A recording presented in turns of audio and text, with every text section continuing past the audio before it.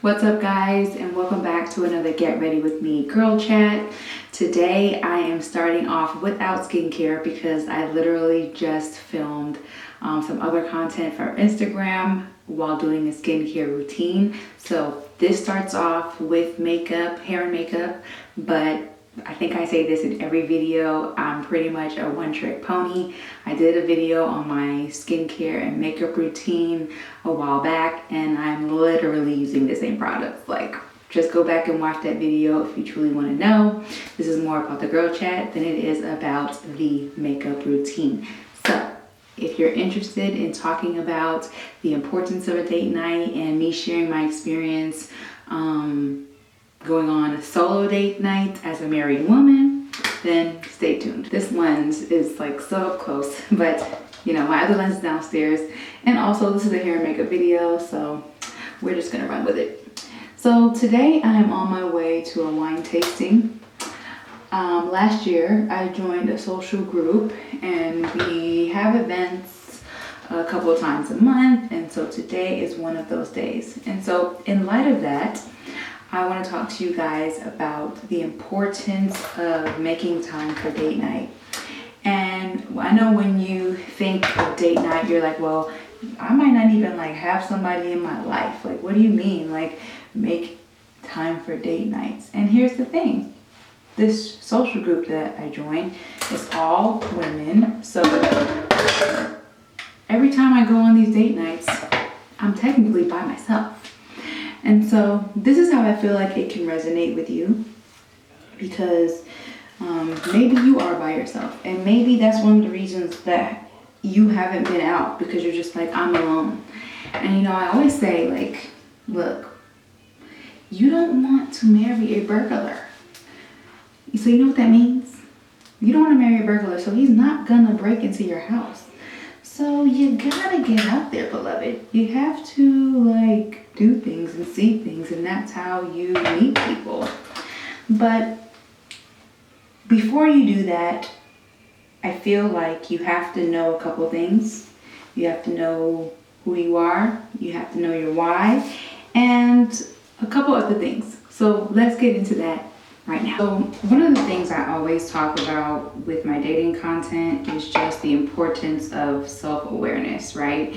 Like, you have to know who you are, you have to know what you want, you have to know where you're going, or else you're either gonna doubt yourself, you're not gonna have confidence, or some crusty dusty boy is going to dictate where you wanna go. And most times when somebody else is in the driver's seat, you will not like the destination. And I don't mean that in a sense of like, oh, you have to lead. Like, I don't mean it in that way. I just mean like from a standpoint of like, if you don't know what you want, somebody will always be there to tell you. People like to influence their views on people.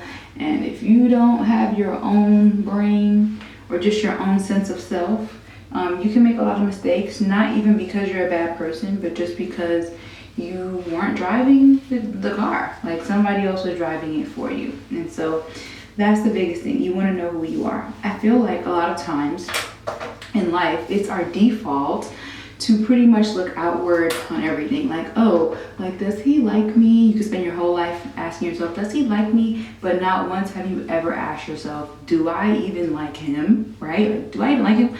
Or like with females, you can do the same thing. Like, you can really say to yourself, do they like me? And it's like, have you even checked to see if you like them?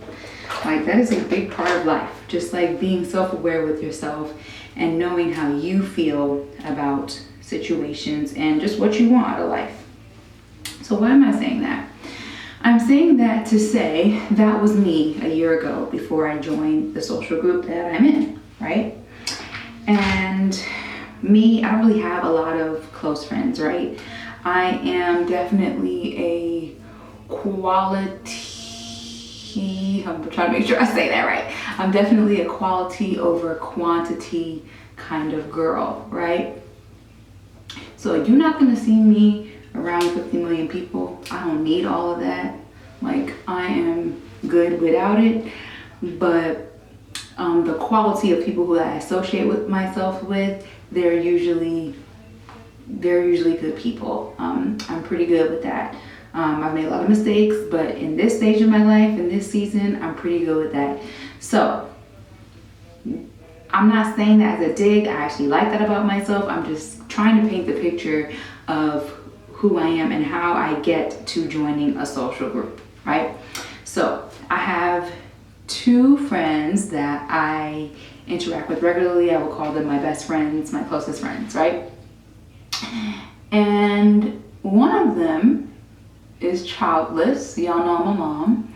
So one of them is childless, and she also lives in the city. And so I obviously do not live in the city. And so she is very spontaneous, always wants to do things, can do things at any hour because she don't have no baby. And I love that for her, right? That's just not my life. In addition to that, I have another friend who is a mom just like me. But her baby, while my baby is 2, her baby is younger. And so my baby's still, a little one. But she's more autonomous, right? So she's more autonomous where her baby is younger and therefore is a little bit more dependent, right? And like I said, I love that for her. I love that for her too. That's a part of the baby growing process. In addition to that, I have my baby first, obviously.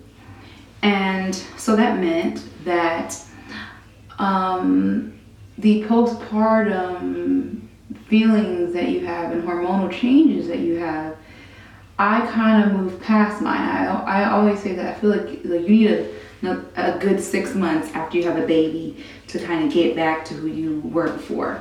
Maybe 6 months, for some people it's more, but for me it was 6 months. And I feel like for my friend it was similar for her.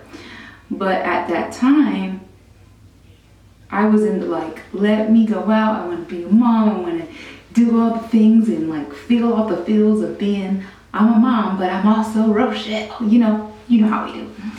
And she was in the phase of, I just had a baby, I'm not really trying to be outside, anxiety, all that stuff, normal things that happen after you have a baby.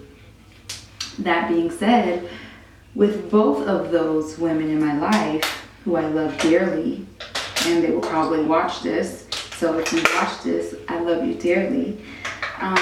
It's not that we didn't love each other, or we don't love each other. It's just that sometimes life is throwing things at all of us, and they're all different things, and those things, for some reason, in this season, are conflicting with each other in some way. And not conflict in a bad way, but just conflict in this is the opposite of me. What you're doing is the opposite of what I'm doing. I got kids, you don't have kids. I'm trying to be out and about and you are not. Right? Regardless of how acceptable that is. And so for a period of time, I started to feel really sad about that. I felt like I was being really codependent. I was really just being sad. And in addition to wanting to have time to do things with my friends, I also wanted to meet new people. I recognized that it was important to me to meet new people, and that was something that I set out to do. And so between wanting to do things but wanting to do them in a structured way, I can't give you all of the spontaneity that you might be able to do, and also wanting to increase my network of people that I know in the Atlanta area, I saw a social group and I joined it. And that's how we are here today. And for the most part, things are great, right? It's a social group. We all kind of have common goals of wanting to get out and do things with one another. And in addition to that, they have other things in the organization, their philanthropic and community service side.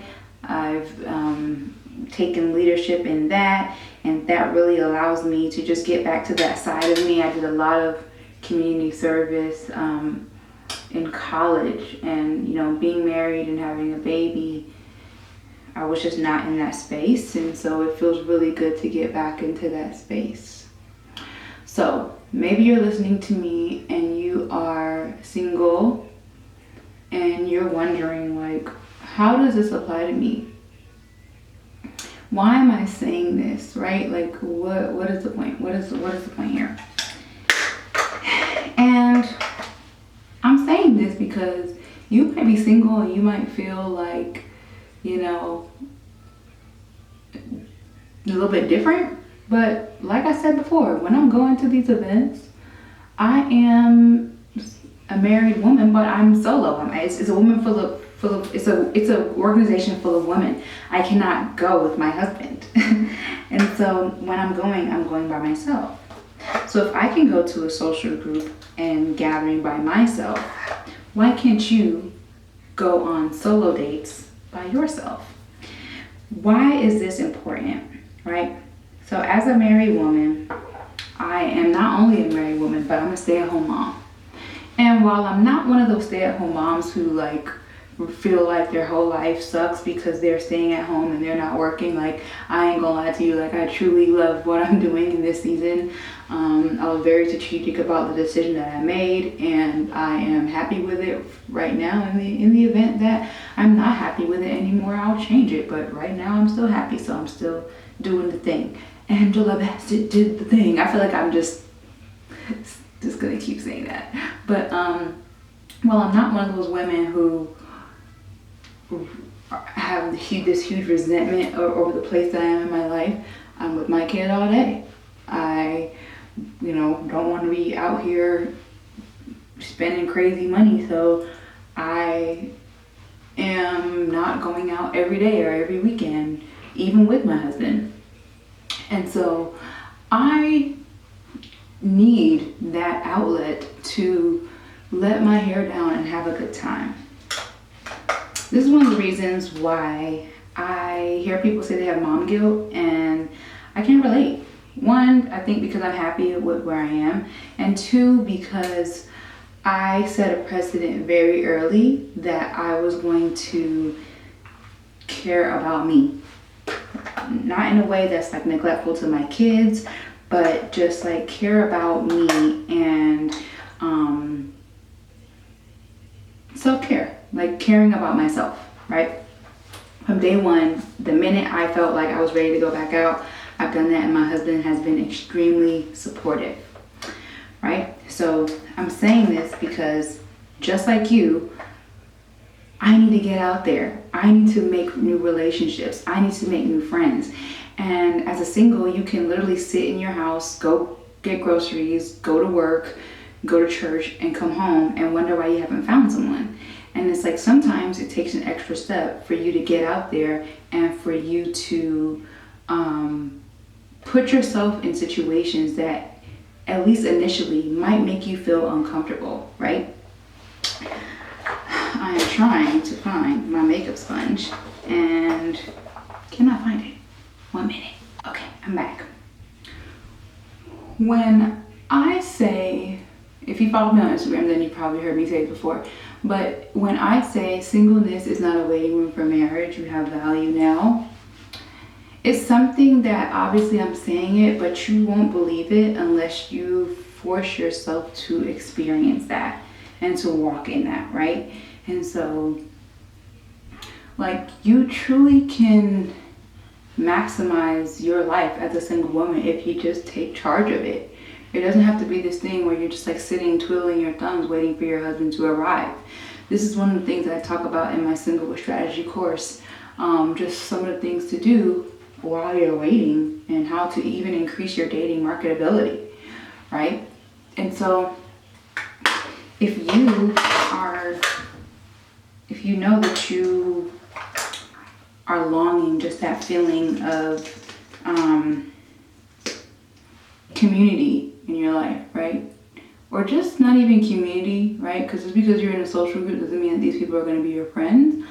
But it's like if you're just longing, going out and doing new things and seeing new sights and, enjoying your single season, I feel like there's a difference between being single and like enjoying your single season.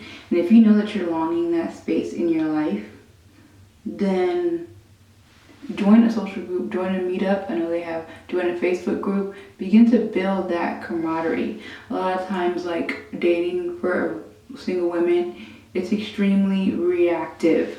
Like, and my challenge to you is to get proactive about your life, or else that's what makes it boring. That's what makes you feel like, oh my God, I can't wait for this new chapter because my current chapter sucks.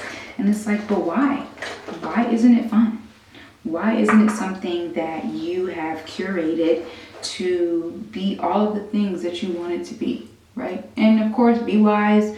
Don't be out here spending money for no reason. You know, don't be out here doing things that you shouldn't be doing, even as a single, just for the sake of having fun. But you can build community. Like, you know, this is one of the last times before you get married that you are going to be able to truly pour into other women or other friendships in the same way. As soon as you get engaged, married, you're never going to be able to do it ever again. Just because you have other priorities now. And there's nothing wrong with it. It's just a new chapter in life. We're meant to grow. We're meant to expand and move on. And so, take advantage of the time in your life. And you're not a tree, right? Like, if you don't like something about yourself or just about how you're showing up in the world, then change it. And if that means that you don't like that you're not really doing things, you're not really having date nights, then create them. Date nights are not something like some reward for married people. Now, granted, they're important. They're a great way to just keep the spark going in your life. And they're necessary for married people, of course. But like, what's wrong with seeing something before you get married? What's wrong with going to a restaurant and having a nice meal? What's wrong with seeing a nice thing, going to a nice activity, experiencing something new that you can even introduce your husband to when you actually find him, you know? The goal of this year is to just prioritize these things. Don't let these things be something on the back burner. Like, be as intentional about this as you would be with trying to apply for a job, you know? Life is like, you either drive the car of your life or you let the rigmarole of life drive it for you. And so that's just my encouragement to you today, is just to make sure that you are the person behind the wheel. If you need any more dating resources, you're more than welcome to go to rochellesoyoola.com. Follow me on Instagram at rochellesoyoola. And also, just be sure to keep updated with us. We just dropped the podcast, which this should be the video before this.